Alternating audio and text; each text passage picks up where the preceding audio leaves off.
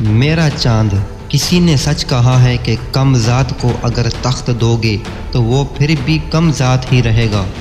India کا ابھی چاند مشن پورا بھی نہیں ہوا تھا کہ اس کے میڈیا نے روایتی اپنے کتے جیسے منہ پاکستان کی طرف کر دیے اور اپنے آپ کو سپر پاور بنا بیٹھے، اور ایک اینکر نے تو اپنی اصلیت دکھائی اور پاکستان سے آگے پورے مسلمانوں کو ہی نیچے دکھانے کی کوشش کی، اور اتنے سخت الفاظ استعمال کیے کہ کوئی بھی مسلمان سن کر رو دے۔ تو دوستو، اس اینکر کے الفاظ میں بتا رہا ہوں، غور سے سنیے گا اور اس کے بعد ان کو آئینہ دکھاؤں گا۔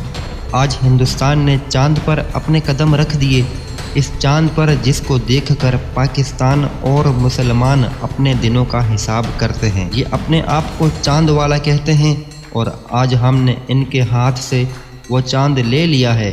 چاند اب ہندوستان کے قدموں میں ہے۔ دوستو، یہ الفاظ ہیں تو سب دوست بجاؤ تالی، کیونکہ چاند ہی سے ان کو میں ان کا چہرہ دکھاؤں گا۔ آج جو ابھی مشن پورا بھی نہیں ہوا اور خدا بننے چلے تھے، ان کو میں بتاؤں کہ سن 1020 میں ابو ریحان البرونی کی یہ تھیوری ہے کہ جس پر عمل کر کے تم چاند اور سیٹلائٹ کر رہے ہو۔ جی ہاں، یہ تھا وہ مسلمان سائنسدان ابو ریحان البرونی جس نے سن 1020 میں ہی یہ تھیوری پیش کی تھی کہ ایک ٹھوس چیز کو ایک نور یا روشنی میں کنورٹ کیا جائے تو اسے ایک جگہ سے دوسری جگہ انتہائی تیز رفتاری سے منتقل کیا جا سکتا ہے، اور شیشے میں روشنی کی رفتار کم اور پانی میں بہت کم، البتہ فضا میں اس کی رفتار بہت تیز ہو جاتی ہے۔ اور اس نے اپنی کتاب کے آخر میں لکھا کہ یہ تھیوری میں نے قرآن پاک سے لی ہے، کیونکہ میں ایک مسلمان ہوں اور قرآن علم کا سمندر ہے اور یہ ہمارے رب نے ہمیں دیا ہے۔ اور یہ تھیوری قرآن کی سورۃ نمرہ میں ہے، جس کا ترجمہ یہ ہے کہ ایک شخص اٹھا اور حضرت سلیمان سے کہنے لگا کہ میں وہ تخت پلک جھپکنے سے پہلے لے کر آ سکتا ہوں آپ کی خدمت میں، اور میں 9 دن سے اپنے کمرے میں یہی سوچتا رہا کہ وہ کیسے لے کر آیا، اور میں کامیاب ہو گیا اور یہ تھیوری پیش کی۔ دوستو، یہ تھیوری آج بھی یورپ کی یونیورسٹی میں پڑھائی جاتی ہے۔ اس مسلم سائنسدان نے طب پر 56، فلسفہ پر 10، کیمیائی پر 22 اور نبی کریم صلی اللہ علیہ وسلم کی تعلیمات یعنی سوشل سائنس پر 14 کتابیں لکھی ہیں۔ اس سائنسدان کی تھیوری پر عمل کر کے مارکونی نے آواز کو کنورٹ کر کے ٹیلی فون بنایا، اور اسی کی تھیوری پر موبائل فون انٹرنیٹ بنے۔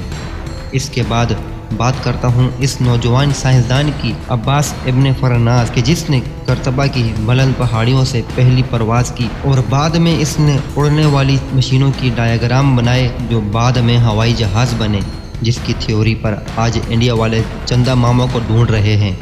اور اسی سائنسدان نوجوان عباس ابن فرناس بغداد کے ایئرپورٹ پر نصب ہے اور لیبیا کے اور امریکہ کے میوزیم میں ہے۔ اب آپ کو ایک مزے کی بات بتاؤں کہ مسلمانوں کا ہی ایک سائنسدان عبد الرحمن صوفی تھا، جس نے اس زمانے میں وہ کر دکھایا تھا جس زمانے میں یورپ والے پوپ کی غلامی کرتے تھے اور ہندو اپنے پچھواڑے پر پتے لپیٹتے تھے۔ اس نے بغیر کسی دوربین کے ہماری کہکشاں سے کروڑوں میل دور ایک کہکشاں دریافت کی تھی، اور اس نے بھی یہ کریڈٹ قرآن پاک کو دیا تھا اور کہا کہ وہ آیت جس میں رب نے فرمایا ساری تعریفیں اسی اللہ کے لیے ہیں جو تمام جہانوں کو پالنے والا ہے، تو میں سمجھ گیا کہ اور بھی جہاں ہیں، اور آج ہندو بنیے جس چاند کی طرف جانے کی ناکام کوشش کر رہا تھا۔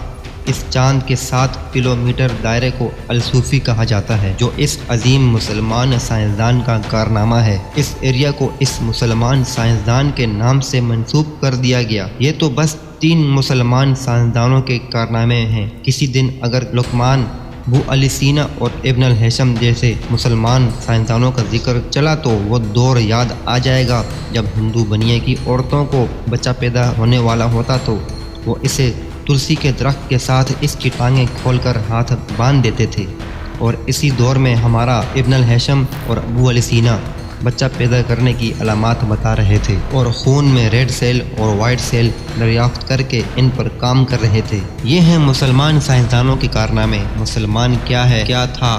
انڈیا کو ایک بیماری ہے کہ کچھ بھی ہوتا ہے تو فوراً مسلمانوں اور پاکستان کا نام لیتے ہیں، اور انشاءاللہ ہمیشہ اسی طرح ذلیل ہوتے رہیں گے۔ پاکستان زندہ باد، نعرہ تکبیر، اللہ اکبر۔